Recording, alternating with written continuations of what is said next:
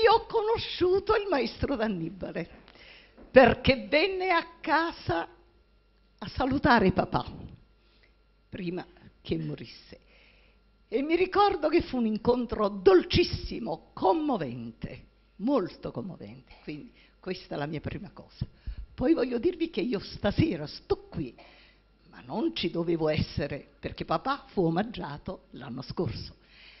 Però c'è qualcosa ancora di papà stasera. Sono proprio i versi di questa Casarella a Marichiara.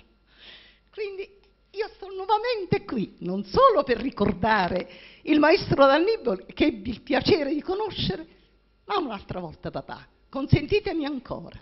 E mi ha fatto piacere di tornare al Gambrinus, come sono stata l'anno scorso, perché questo complesso, che non è solamente una pasticceria, un caffè notissimo, storico, ma questo è un luogo per me sacro, in quanto c'è un'associazione a Trieste di napoletani che è stata chiamata Amici del Caffè Gambrinus.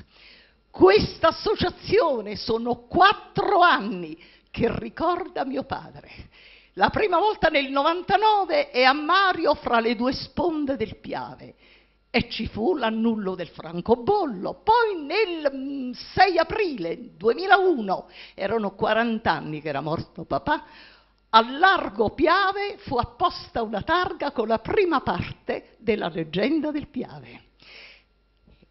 E il 3 prossimo novembre io sarò ancora lì, perché intitolano un largo a Mario, che si trova tra la via Armando Diaz, il Museo Revoltella e poi il lungomare Nazario Sauro, sempre per la leggenda del Piave. Quindi sono felicissima di avervi dato questa notizia che spero gradirete. Quindi Trieste ricorda sempre papà, ed io porterò il saluto di questo Gambrinus.